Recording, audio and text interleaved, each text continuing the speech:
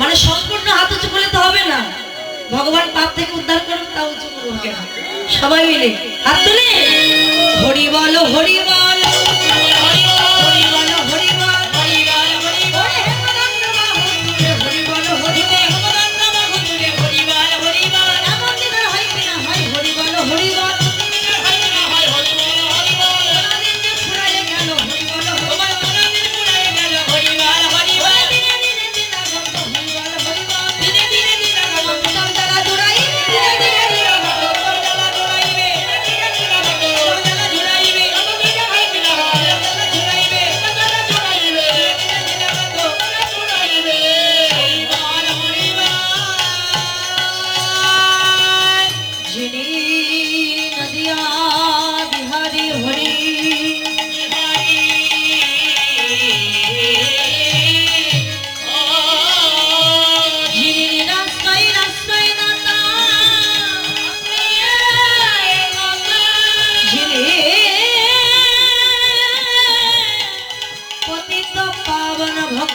রঞ্জন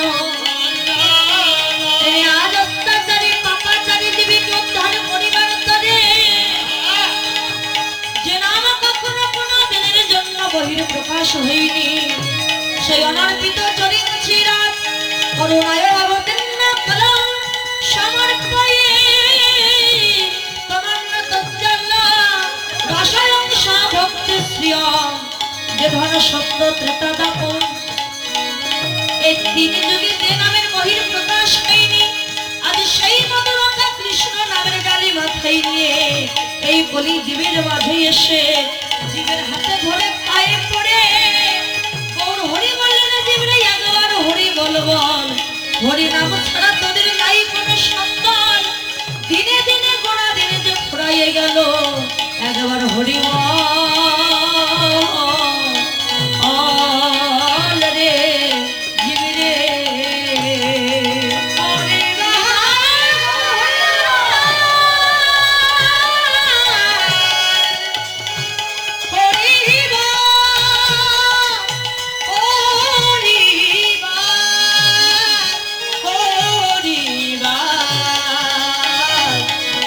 দিনে দিনে দিন চলে গেল একবার মধুমাখা ঘড়ি বদন ভরে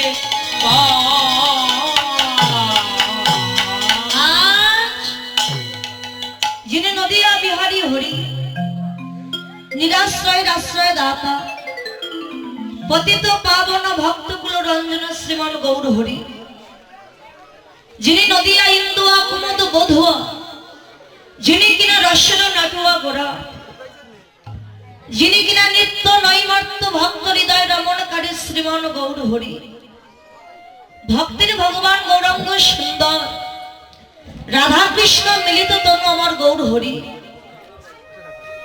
ভাবরস গড়া আমার গৌরাঙ্গ তনু, যার ভিতরে গৌরাঙ্গ আর বাহিরে কালো। আজকে রাধা কৃষ্ণ মিলিত তনু আমার গৌর হরি, দুইজন ব্যক্তি মিলেমিশে কলিযুগে এক হয়েছে। বৃন্দাবনে যখন কৃষ্ণ ছিল, আচ্ছা বলুন তোমার কৃষ্ণের অঙ্গের বরণটা কেমন ছিল? কৃষ্ণকে দেখতে কেমন ছিল? হলুদ বরণ ছিল কি? কাঁচা আমের মতো ছিল না পিত্ত রং, কালো কৃষ্ণ। তো কৃষ্ণের অঙ্গের বরণ ছিল কাঁচা আমের মতো পিত্ত রং। আজ কাঁচা বরণ ত্যাগ করে কলিযুগে এসেছে হলুদ বর্ণ, মানে সোনার গৌর, সোনার বরণ ধারণ করে এসেছে প্রভু। তাহলে আজকে কলিযুগে সোনার বরণ গৌর হয়েছেন কেন? বাস্তব জগতে একটা মালিক একটা বৃক্ষ মানে আম গাছ লাগিয়েছে, গাছে কয়েক বছর পরে একটা আম ধরেছে। যখন আম ধরেছে মালিক মনে মনে চিন্তা করছে, যা হোক কষ্ট করে গাছটা লাগিয়েছিলাম, একটা ফল ধরেছে, একটা ফল ধরেছে, সেবা করব। আর যেই না ফল সেবা করবার জন্য ধরতে গেছে আমটিকে ধরতে গিয়ে দেখছি তার নাগালের বাইরে, মানে গাছে আম ধরেছে আর তিনি নিচে দাঁড়িয়ে আছে, এমন করে ধরতে গেছে না কিন্তু ধরতে পারছে না, হাতের বাইরে। তাহলে মালিক ধরতে পারলেন না, সেবা করা হলো না।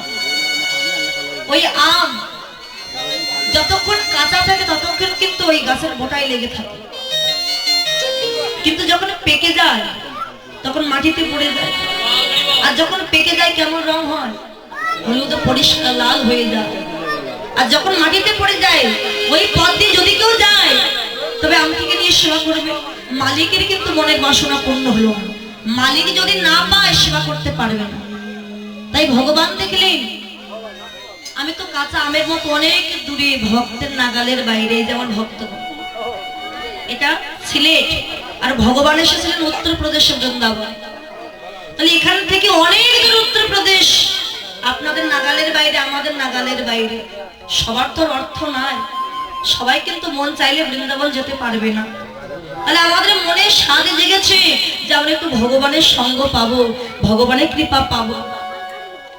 স্বাদ জাগলে কি হবে? আমাদের তো সামর্থ্য নেই, আর ভগবানের তো ধরতে পারছি না, ওই আমের মতো আমাদের নাগালের বাইরে। তাই ভগবান চিন্তা করলেন আমি তো ভক্তের ভগবান, ভক্তের মনে বাসনা জেগেছে আমায় আস্বাদন করবে। তাই ভক্তের মনোবাঞ্ছা পূর্ণ করবার জন্য ভগবান পক্ক হলেন, মানে পাকলেন। সেই কাঁচা বরণ ত্যাগ করে ভগবান কৃষ্ণচন্দ্র কলিযুগে এসেছেন এই নবদ্বীপে, সোনার বরণ গৌর হয়ে। মানে এই আম পাকলে যেমন হলুদ হয়ে যায়, ঠিক তেমনি মহাপ্রভু সোনার বরণ গৌর হয়ে এসেছে ভক্তের সঙ্গ পাওয়ার জন্য। ভগবান এসেছেন বলে তো হরিনাম পেয়েছি, যদি গৌর না আসতো কি হরিনাম পেতাম না? পেতাম না। মহাজন বললেন ভগবান পৃথিবীতে যতবার এসেছে, সত্য, ত্রেতা, দ্বাপর, কলি, এই 4 যুগের মধ্যে সব থেকে শ্রেষ্ঠ অবতার হলো গৌর অবতার। বলবেন কেন? অন্যান্য যুগে ভগবান এসেছিলেন, কলি যুগে কেন শ্রেষ্ঠ অবতার বলা হলো ওনাকে? কেন বলা হলো? বৈষ্ণব কবি বললেন কেন বলা হলো জানো? একবার ভেবে দেখো ওরে মন, অবতারের সার আমার গোড়ায় অবতার, অবতারের সার গোড়ায় অবতার, অবতারের সার আমার গোড়ায় অবতার। আরে কেন না ছিলি তারে অবতারের সার গোড়ায় অবতার, কেন না চিনিলি তারে?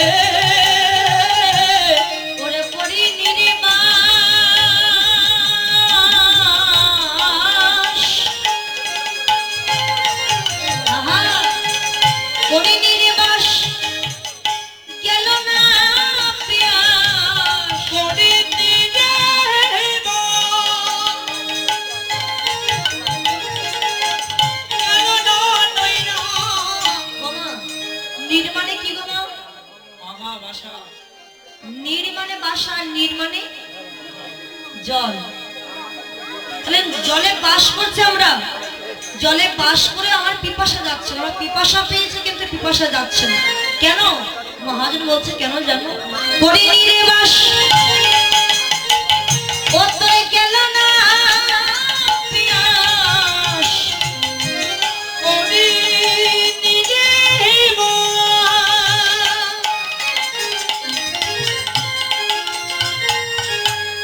গেল না পিয়াস, আপন করম দোষে রে মন, আপন করম দোষে। করিনি রে গেল না পিয়াস, এই আপন করম দোষে, বলি আপন করম দোষ, আপন করম দোষে মন তুই সব হারালি, আপন করম দোষে,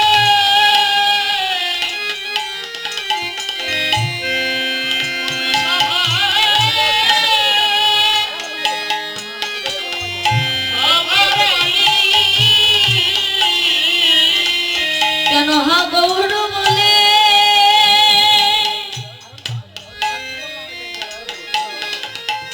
ওরে গৌর বলে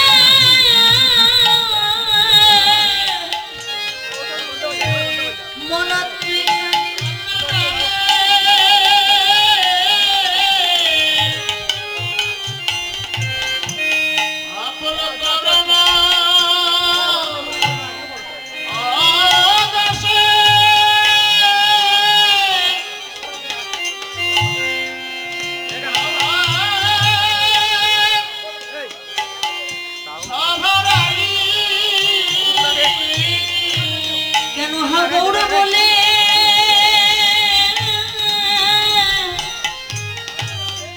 মন তুই কাঁদিলি না রে, আপন কর্ম দোষে তুই সব হারালি। মনে গৌরী বলে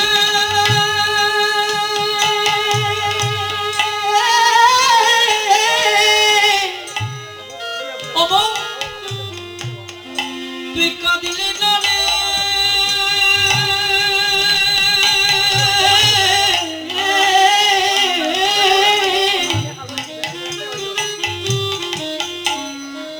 আপন করম দোষী তুই সব হারালি।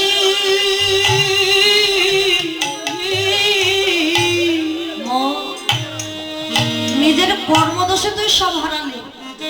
গৌরীকে কাছে পেয়েও চিনতে পারলি না নিজের কর্মদোষ। মনে যদি পাপ থাকে, অহংকার থাকে, তার দাদাকে কখনো গৌর গোবিন্দের কৃপা হয় গো বাবা? হয়। আমরা বলি হতো যে আমাদের কিছু থাক বা না থাকে, একটা বস্তু আমাদের আছে। কি মা? আমরা সবাই হলাম অহংকারের রাজা। তাই বৈষ্ণব কবি বললি অহংকারে মর্ত হইয়া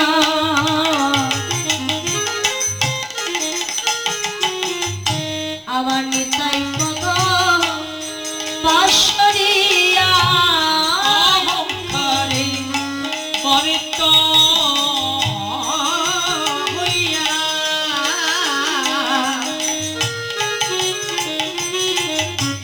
নিতাই পদ পাশরিয়া। আর অসত্যকে অসত্যকে সত্য বলে মানি, অসত্যকে সত্য বলে মানি। আমাদের গৌর ভজন ওরে হলো না রে, গৌর ভজন হলো না রে। ওই না নিতাই পদ